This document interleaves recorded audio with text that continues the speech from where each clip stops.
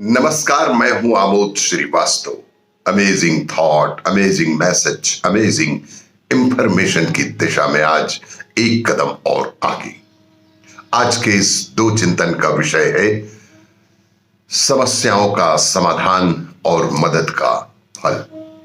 आपको ये मेरा वीडियो अच्छा लगे तो लाइक करें, शेयर करें और लाल बटन दबाकर सब्सक्राइब अवश्य करें। साथ ही बेल आइकन दबाना बिल्कुल ना भूलें। आज के इस प्रथम चिंतन का विषय समस्याओं का समाधान।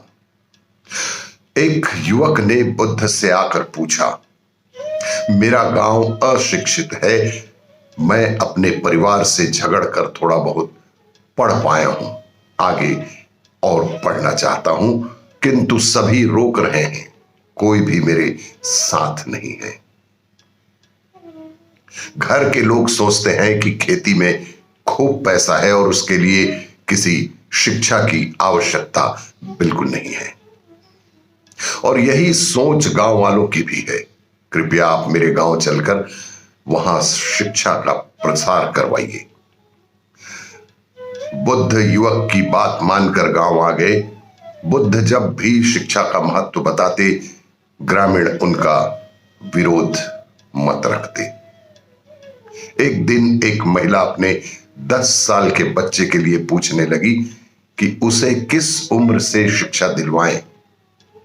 तब बुद्ध ने समझाया कि तुम्हें तो 4 वर्ष पूर्व इसकी शिक्षा शुरू कर देनी थी।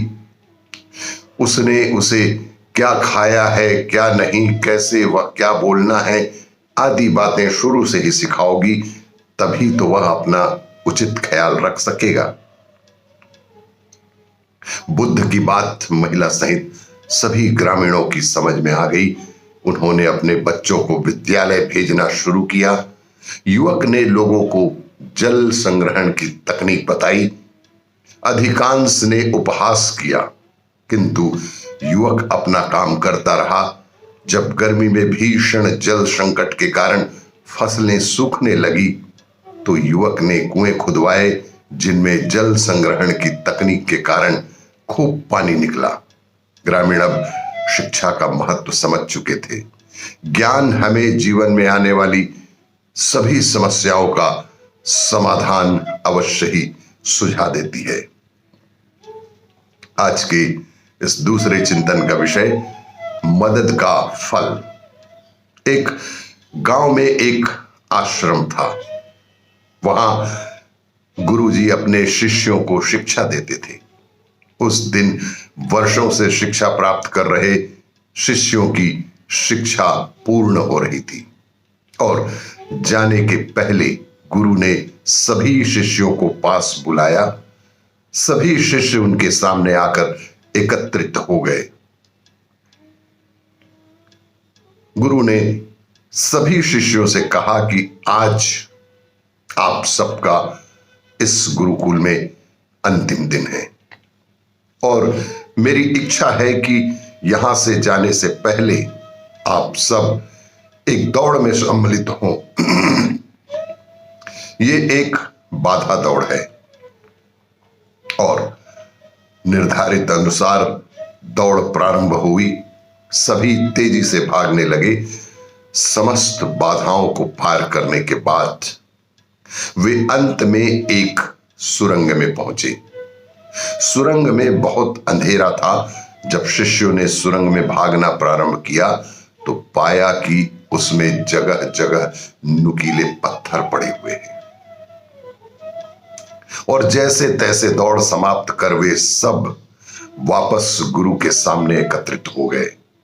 तब गुरु ने पूछा, शिष्यों, आप सब में से कुछ लोगों ने दौड़ पूरी करने में अधिक समय लिया और कुछ ने कम।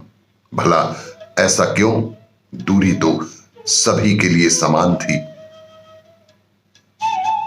उत्तर में एक शिष्य बोला कि गुरुवर, सुरंग में पहुंचने के बाद स्थिति बदल गई। कुछ लोग दूसरों को धक्का देकर आगे निकलने में लगे हुए थे। कुछ मार्ग में पड़े पत्थरों को उठाकर अपनी जेब में रख रहे थे ताकि बाद में आने वालों को कोई पीड़ा ना सहनी पड़े। गुरु ने कहा कि वे लोग सामने आए जिन्होंने मार्ग में से पत्थर उठाकर किनारे किए हैं, या उन पत्थरों को, नुकीले पत्थरों को अपने जेब में रख लिए हैं। शिष्य अपनी जेबों से पत्थर निकालने लगे, लेकिन उन्होंने देखा कि जिसे वे पत्थर समझ रहे थे, वास्तव में वे बहुत ही बहुमूल्य हीरे थे। हीरे उन शिष्यों को मेरा पुरस्कार है जिन्होंने दूसरों के बारे में सोचा और मदद करने की सोची, और यही मदद करने का सच्चा फल भी होता है। आपको ये मेरा वीडियो अच्छा लगे तो लाइक करें, शेयर करें और सब्सक्राइब अवश्य करें। धन्यवाद।